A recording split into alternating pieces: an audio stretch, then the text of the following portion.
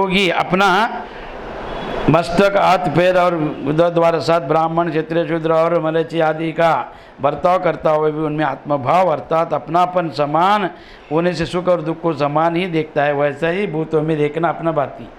तो जैसा देखो अभी ये अपना सर है, पुरुष सूक्त, पद्म पुराण, अनेक पुराण में जाति के ऊपर बोला। जाति यानी जन्मते, जायते जो जन्मता है, जायते जो बाहर आता है उसका नाम है, बाहर जो लाता है वो योनि है, बाहर जो फेंकते है उसका नाम है लिंग है, और बाहर आने का जो मार्ग है उससे जो निकाला वस्तु को जाति बोलते हैं। इतना याद रखो। तो दो अर्थ है लिंग का, गमन रहितत्वमिदुच्यते लिंगम, जो छुपा है उसको बाहर फेंकता है। चैतन्य वीर्य को वो निक्षिप्त किया, वो बाहर आया, एक अपने जैसा शरीर बना, वो हो गया। और दूसरा वो चिन्ह है, वो सूचना है। एक अर्थ है दोनों उसका। योनि का अर्थ है मार्ग और ये धारणा, दो अर्थ होता है एक। हाँ, तो कुछ भी अर्थ मत लो, कुछ भी अर्थ लेके अनर्थ को मत प्राप्त करो और अनर्थ मत प्रचार करो। तो इसके लिए तो जैसा शरीर में जैसा सर है, अपना बाहु है, पेट है, पैर है, ये चार भाग में बांट दिया आपने। तो कोई इसको ब्राह्मण बोला, मुख से निकला है ब्राह्मण, हाँ बुद्धिशाली। तो चार प्रकार के जगत में कोई बुद्धि से जीता है, बुद्धिवादी है, और जो पढ़ा लिखा आदमी काम करके लेता है ना, तो वो बुद्धिवादी है। बाहुबल का काम क्षत्रिय, पेट का जंगा का कार्य करता है वो, पैर का जो इसका पर टिकता है, जो इसका चलाता है वो सेवक। ये चार हो गया। तो जैसा अपना शरीर को अलग नहीं देखता है ना, सब एक है ना, उसका हाथ, पैर, पेट, सर एक ही शरीर में, तो उसको अलग नहीं देखते ना वो, अब एक जैसे समझते हैं, मगर कार्य अलग अलग है ना, भेद करते उसमें नहीं। ज्ञानेन्द्रिया तुम श्रेष्ठ हो, कर्मेंद्रिया तुम कनिष्ठ हो, सब बोलते हैं नहीं। समान जैसा उसको बिना भेद से देखता है, रक्षणा करता है, ऐसा ही ब्राह्मण, वैश्य, शूद्र सबको समान मानकर जो समत्व भाव रखता है, तो वहाँ पर वह वर्णाश्रम भी नहीं आने का और शरीर का भी मान भी नहीं आने का, उसको समान नहीं। तो ब्राह्मण को हार डालेगा, शूद्र को हट बोलेगा, वो नहीं, और शूद्र को अपनाएगा, ब्राह्मण को धकेलेगा नहीं। तो यहाँ पर कोई भी जातिवाचक शब्द नहीं लेने का। इंसान सबसे बड़ा है और इंसान ही जान सकते, धर्म का आचरण कर सकता है, प्रचार प्रसार कर सकता है, धर्म को डुबा भी सकता है। तो इतना अधिकार है मनुष्य को। तो मनुष्य जैसा श्रेष्ठ प्राणी कोई भी नहीं है। और उसका एक है, जन्म से के बाद मरने के पहला जानना चाहिए मोक्ष को। मरने के बाद कोई मोक्ष भिक्षा नहीं, और कोई आके बताता नहीं है। मोक्ष हुआ भी कोई बताया नहीं, स्वर्ग गया भी बताया नहीं, कैलाश में जाके बैठ के कोई बताया नहीं। कोई है स्वर्ग मृत्यु के द्वार में जाके आके कोई बताया, लाखों में एक लोग, जिसका मरण तक गया फिर वापस आया, ऐसे लोग है जगत में, 2-3 लोग लेगा। मगर ये इसके लिए जो समानत्व को, तो योगी यहाँ पर क्या बोले, अपना भांति संपूर्ण भूतों में समा देखता है। जैसा अपने इंद्रिय को, शरीर को अपना मानकर उसका वो पालन पोषण रक्षण करता है, भेद नहीं करता है उसमें, तो वैसा ही ब्राह्मण हो, क्षत्रिय हो, शूद्र हो, उनको भी भेद नहीं करते हुए सब जीवों में समत्व भाव रखकर समा देखता है। सुख अथवा दुख को भी सब में समा देखता है। सुख और दुख क्या है, सुख यानी आया गया जाएगा, दुख भी आया गया, दोनों रहता है। आकाश रहता है, उसमें आया हुआ दुर्गंध हो सुगंध हो जाता है, ऐसे ये सुख दुख भी आया जाता है। हाँ, तो योगी परम श्रेष्ठ माना गया है। तो जो सुख दुख में समानत्व भाव रखता है, अपने देह का जैसा सभी को जाति वर्ण को अपना मानता है, समानत्व भाव से देखता है, वो श्रेष्ठ है। अर्जुनवाच योऽयं योगस्त्वया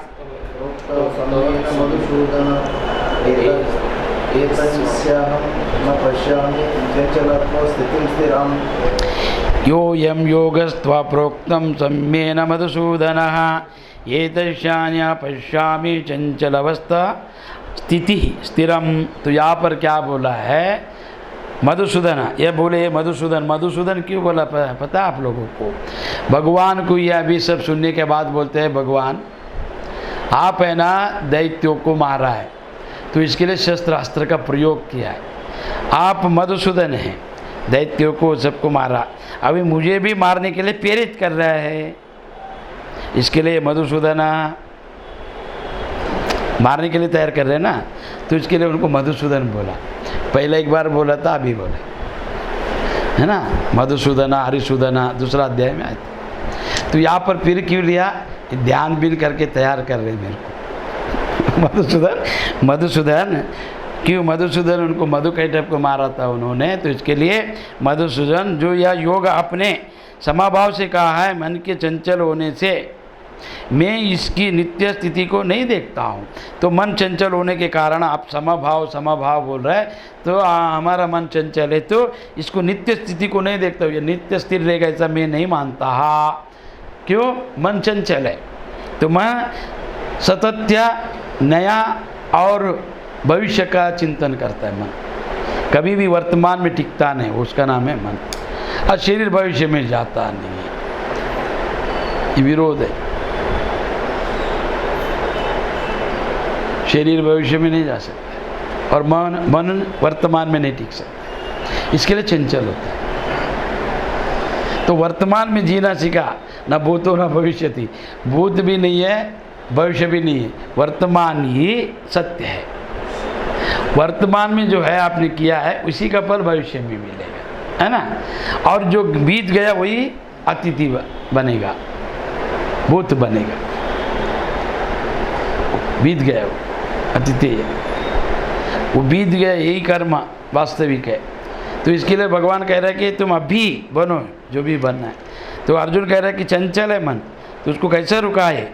चंचला ये मना कृष्ण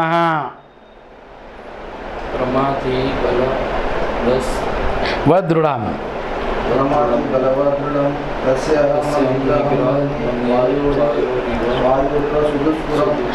चंचलम ये मना कृष्ण भ्रमति बलवृद दृढ़म तर्षाय निग्रम मान्ये वायुरीव दुष्कुर, या फिर क्या बोला है दुष्कुरम। ठीक, तो क्योंकि ये कृष्णा अभी बोल रहे कृष्णा, कृष्ण यानी प्रकर्षणा इति कृष्णा, जो आकर्षण करता है, अपने ओर खींचता है सबको, अपने ओर मोहित करता है, बिना बुलाए खींच के आता है उसको। वो लो चमक है, किधर भी रखो वो लो अपना वो तत्व है ना, खींचते आता है। इसके लिए परमात्मा है, जीवात्मा अपने आप आएगा उसके पास, तो उसका नाम है कृष्णा। ब्लैक एंड वाइट है वो, इसका नाम है कृष्णा, उसका नाम कृष्णा। या मन बड़ा चंचल प्रमतान स्वभाव वाला है, तो ये बड़ा मन चंचल और प्रमतान स्वभाव वाला, बड़ा दृढ़ और बलवान है। तो ये मन क्या है? तो चंचल भी है, प्रमतान मतलब जो प्रमोद का विषय, ये चाहत ज़्यादा करता है, इच्छा ज़्यादा करता है, और ये इसका स्वभाव है। चंचल एक स्वभाव है, प्रमतना, और ये ज़्यादा मोह करता है, प्रमोद करता है, प्रिय मोद प्रमोद, चाहत करता है, मिलना चाहिए मिलना चाहिए मिलना चाहिए, मुझे चाहिए, इसके स्वभाव है। और ये बड़ा दृढ़ है, और ये ऐसा दृढ़ है, भक्ति में कोई दृढ़ रहेगा नहीं रहेगा, मैं इसमें सब दृढ़ है, दृढ़ ये बहुत बड़ा दृढ़ और बलवान है, इतना दृढ़ है पत्थर के जैसा, कोई पहाड़ को नहीं उठा सकते, उतना ही इसमें दृढ़ता है। इसीलिए उसको वश में करना मैं वायु को रोकने की बात ही अत्यंत दुष्कार मानता हूँ। तो जैसा वायु को कोई रुका सकता, हाथ से पकड़ सकता है उसे? नहीं, तो इसको मैं कैसा पकड़ूँ? वायु को रोकने जैसा है। अगर एक वायु आ गया ना, अगर बहुत बड़ा तूफान आने के टाइम देखो, बड़ा बड़ा वृक्ष गिर जाता है, बड़ा बड़ा घर गिर जाता है, पहाड़ गिर जाता है, और कितना लोग ऐसे उड़ के जाता है, कितना बल रहेगा उसमें। तो वैसा वायु कोई रुका सकता है? तो ऐसा बड़ा प्रमतान स्वभाव वाला और बड़ा ये इच्छा और मन का कोण 25,000 मीटर है, 25,000 तक है, योग शास्त्र में वर्णन है, इसमें नहीं। तो मन इतना बलवान है, मन अगर संकल्प किया, धारणा किया, उस वस्तु को बना देता है। तो इसके लिए मन में बीज नहीं डालने का। मन में अगर बीज आया तो शरीर तक आ जाएगा, वो रुकेगा नहीं। इसके लिए अपना शास्त्र मनोविज्ञान ही है, और ये मनोविज्ञान ही है भगवद गीता। सबसे बड़ा भगवान मनोवैद्य, साइकोस्टिक डॉक्टर है, और मानसिक रोगी अर्जुन। जगत में पहला डॉक्टर है, मन के ऊपर इन्होंने बताया है, इतना कोई नहीं बताया है। इसके बाद में पतंजलि, बड़ा बड़ा ऋषि लोग हैं। मगर मन बहुत चंचल, और वो इतना चंचल है ना, उसको पकड़ने के लिए नाम रूप है, उसको कोई ऐसा वस्तु नहीं पकड़ने के लिए, केवल भावनात्मक है। वो संकल्प विकल्प करता है और दृढ़ है। अगर वो सोच लिया, संकल्प कर लिया कि करना ही है तो कर देता है, नहीं करने तो नहीं। झूठ बोलना है तो बोलेगा, वो प्राण भी देगा मगर झूठ बोले, सच नहीं बोलेगा। कि उनको इतना बड़ा स्वभाव है प्रमथन, उसका वश में करना वायु को रोकने जैसा है। वायु को कैसे पकड़ोगे आप? दुष्कुरहा मनता, आपने बताया ध्यान करो, प्राणायाम करो, आसन बताया, आत्मसंयम बताया, मगर ये सब कैसा करो, मेरा मन चंचल है। तो आगे भगवान वाचा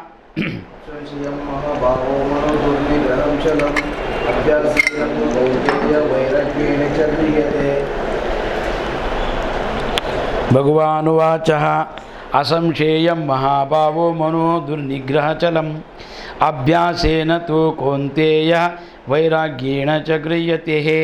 भगवान बोले, ये महाभावो, ये महाबली, ये अर्जुन तो बलवान है और निर्बल के जैसे बात कर रहे। महाभावो, उनको कैसे चढ़ाना है, युद्ध कराना है।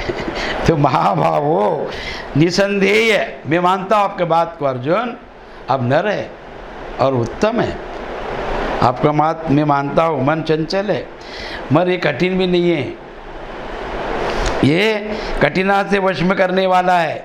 ये वायु है ना, रहेगा, उसका दबाव ज़्यादा रहेगा, मगर उसको रोकने का भी यंत्र है।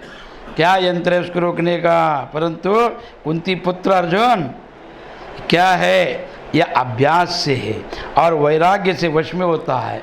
नित्य अगर इसका अभ्यास किया, प्राण को प्राणायाम करके, तो प्राणायाम इसके लिए किया जाता है, ध्यान में, पूजा में संकल्प करने के लिए मन एकाग्रता हो। तो उसके लिए उसमें पहला नेत्र स्पर्श कराता है। ये वेदों में कि जल को हाथ लगाकर दोनों आंखों को क्यों लगाने का, तो ये जो जल से बना हुआ है, ये रस से बना है, हाँ, ये जल तत्व से है और जल ज़्यादा है इसमें, और वो जल है, वो जल, और ये नेत्र ही विषय को ग्रहण करता है, विषय को। तो इसके लिए इसको शुद्धि करो, नेत्रो स्पर्शः। फिर ये होने के बाद आचमन्य, तो तीन, केशवाय नमः स्वाहा, नारायण माधवा, ऐसा बोलता है। ऐसा क्यों बोलता है? ये वाणी जो है इसमें तीन है, एक कंठ, ये ओठ, जीवा और ये कंठ, इससे से ध्वनि निकलते। ये गया बोल नहीं सकते, ये गया बोल नहीं सकते, ये गया बोल नहीं सकते। ये तीन जो है स्वर पेटिका, तीन में से हिलाते हैं ना इसमें, तो ये तीन में के बोले तो इधर से आता है, ना इधर से आता है, माँ इधर से आता है। इसके लिए 3 बार केशवाय नमः माधवाय नमः चन्य में 3 घूंट पीने का, 3 घूंट। तो जाकर आप प्राणायाम करें तो ये नाड़ी नहीं सूखने का, श्लोक बोलने का, पूजा करने के, मंत्र बोलने का, तो सूखने का नहीं, तो उसको पिया जाता है। वो जल जब जाके हृदय में उसको गीला करते नाड़ी को, फिर प्राणायाम करने से वो प्रदीप्त होता है, मन एकाग्रता होता है, फिर वो संकल्प करता है। ये चंचल है, पर अभ्यास से होता है। मन हाँ वो चंचल अर्जुन, मैं मानता हूँ आपका बात, तो कठिन है, वश में नहीं होने वाला है। परंतु कुंती पुत्र अभी बोला, अच्छा एक कुंती पुत्र अर्जुन, उनका माला समझाने के बच्चे के जैसा, स्कूल जाएगा नहीं, स्कूल जाएगा नहीं, देख बेटा स्कूल चल, में चॉकलेट दिलाएगा, फिर वो चॉकलेट लेगा, फिर नहीं जाएगा, नहीं जाएगा, फिर बोलेगा पेड़ा दिलाएगा, ऐसा बोलते स्कूल तक लेके जाएगा उसको, और वो स्कूल जाके छोड़ देगा। ऐसा भगवान क्या कर रहे उसको सब दिला रहे कि भगवान कुंती पुत्र अर्जुना अभ्यास और वैराग्य से वश में होता है बाबा। तो बिना अभ्यास से सब विद्या आ सकता है। विद्या अभ्यास अनुसारेण, कोई भी विद्या रहने दो, कठिन नहीं है, दुस्तर रहेगा, कठिन रहेगा, मगर ऐसा नहीं बनने वाला नहीं है, अप्राप्त नहीं है, प्राप्त है। तो अभ्यास से हो सकता है, आप अभ्यास करो। और वो अभ्यास करते करते सोना शरीर शुद्धि होने के बाद, मैं बोला 3 साल लगता है प्राणायाम सिद्धि के लिए, और 3 घंटा बैठना चाहिए, और उसको जानना चाहिए प्राण कैसा नियम से करना चाहिए। अगर उधर इधर किया तो नाड़ी दोष हो जाता है, फिर उसमें वैराग्य आ जाता है। तो वैराग्य से और एक अभ्यास इसको संयम कर सकते हैं। आगे संयमेतात्मनम योगो दुष्प्रभः इति मे मतिः वशात्मनम तु यतात्म शक्य वापमुपयतः। तो यहाँ पर बोला है जैसा जिसका मन वश में किया हुआ नहीं है, जिसने वश में नहीं किया, ऐसा पुरुष द्वारा योग दुष्प्राप्त है। और जो खाता है पेट भर के डकर मारता है, वो क्या योग करेगा? हाँ, और जिसको बैठने को होता नहीं, वो क्या योग करेगा? हाँ, वो पहला किया, हम लोग बहुत किया, मालूम है। 1 महीना भी किया नहीं रहेगा, बोलेगा मैं सालों साल किया, बोलेगा। एक बार बैठ के ध्यान पहला रहता है ना, दीक्षा लिया तो 1-2 दिन करेगा। बात बहुत किया हम लोग, ध्यान नहीं, वाह कितना ध्यान किया, कुछ भी नहीं किया।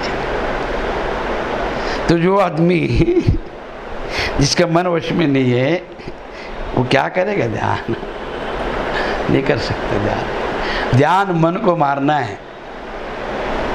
मन जहाँ पर लय होता है, वहाँ से ध्यान का प्रारंभ है। पहला आपको शरीर स्थिर नहीं, फिर उसके बाद में आलोचना स्थिर होना चाहिए, प्राण शुद्धि होने का। प्राण को पकड़ा तो मन अपने आप आ जाएगा। मन आप आने के लिए प्राणायाम है, मन को निग्रह करने के लिए प्राणायाम है। तो वो प्राणायाम करने से मन जब लय होता है बुद्धि और मन हृदय में, तब ध्यान प्रवेश होता है। ध्यान धारणा बनेगा, तो धारणा जब जाकर हो प्रत्याहार, फिर उसके बाद समाधि में जाता है। तो आपका धारणा ही बना नहीं कि आप पूर्णत्व समझा ही नहीं, इसको पूर्ण बनने ही नहीं दिया। आकार बस बनाए मिटाए, तो कैसा बनेगा वो? और कितना बार करोगे पेंट? तो कुआं खोदने के लिए एक जगह आप 1 साल तक प्रयत्न करो, पानी लगेगा। 100 फुट में 200 300 फुट ज़्यादा, पर वो 10 फुट का भी नहीं खोदा, बोला बहुत हो गया। तो कैसा आएगा जल? ठीक है, जल भी मत खोदो, आपको रेडीमेड मिला है कुआं। तो 4 शिष्य था, कोई तो गुरु के पास गया, बोला हमको ब्रह्म ज्ञान चाहिए, मालूम है आप ब्रह्म ज्ञान नहीं बोलते हैं, तो ब्रह्म ज्ञान दे दो हमको। सब जन पूछा, गुरु बोला ठीक है रे, ब्रह्म ज्ञान चाहिए ना, अच्छा देगा। तो ऐसा करो, वो कुआं है, कुआं उधर चलो, तो उसमें से ना, ये क्या है कुआं, इसमें ना सब नासी गिरा है, सब कचरा गिरा है, पर्दा है इसके ऊपर, तो इसको निकाल के खाली कर दो। बोला कर दो, बोला ठीक है। बोला उन लोग, तो कल सुबह ब्रह्म ज्ञान देगा ना? हाँ देगा, ये खाली करो। बोला पहला पूरा खाली करो, एक भी मत रखो, और सुबह आके मेरे से मिलो, मैं ब्रह्म ज्ञान अवश्य देगा। बोला ठीक है। उन लोग से खाली किया, रात हो गया, फिर सो गया, सुबह उठा, रात भर खाली किया ना, 5 बजे सो गया, 8 बजे उठा, गुरु के पास गए, ना धो के, बोलो चलो हमने कुआं खाली किया, ब्रह्म ज्ञान दे दो। तो ऐसा मैं देखना चाहते, खाली किया नहीं, चलो। बोला अरे तुम लोग खाली किए तो फिर कैसे भर गया? ना हम लोग तो खाली किए थे, भर गए कैसा भर गया? तो कुएं में जल का स्रोत था, तो वो कचरे से भरा था, उसको निकाल दिया आपने, नया आ गया। तो अपना अंदर भी भरा है ये कुआं में, उसको खाली करो, नया आएगा। तुम कचरा रख के तुम बोल रहे कि किधर है जल है, दिखाओ, जल दिखाओ, जल दिखाओ, वो जल ही है, उसको खाली करो, फेंक दो उसको, कुछ भी मत रखो, फिर नया आएगा। तो अपना कोरा कागज में सब लिख के इतना काला बना दिया, उसमें लिखने भी नहीं सकते। इतना सुन के इतना माना, क्या पता क्या माना है। अरे एक तत्व को जानो हो गया, और क्या जानेगा? अपना कर्तव्य को करते हुए अपना देखो क्या घर है, कैसा अपना है, व्यवस्था है, अपने गुरु अच्छा मिले, ज्ञान मिले, इतना अच्छा। मैं जीवन में कुछ मिले ना मिले, सच्चा गुरु मिला, हो गया। बस मिला है ना, उसको अपने को जान कर मुक्त होना है, इससे क्या बड़ा है। अपना अंदर का कचरा काली करना चाहिए। जब वो काली हो गया फिर आएगा तो गुरु पूछा, अरे जल किधर से आया? तो बोला, उन्होंने पूछा इसके अंदर जलसूत्र था, वो रुक गया था। क्यों? वो जो कचरा भर भर के जलसूत्र को बाहर नहीं आने दे रहा था, शुद्ध जल था उसमें, वो रुका था। आप लोगों से भी मेहनत करा है, उसको निकाल दिया। निकालने के बाद वो सूत्र अपने आप खुल गया और पानी अपने आप भर गए, कोई और ऊपर तक आ गया, ली के पी सकते, नहा सकते, है ना। तो वैसा ही अपना जो कचरा है उसके ऊपर बैठा है तो उसको काली करो, निकाल दो प्राणायाम ध्यान से। मन का कलमश जो है, बुद्धि का जो भावना है उसको निकाल दो, द्वैत। फिर वो अपने अंदर है निश्चल, निर्गुण, निराकार, तो समझ में आएगा। आज इतना ही। जय जय गुरु मंगलम पार्वती पति शिवर।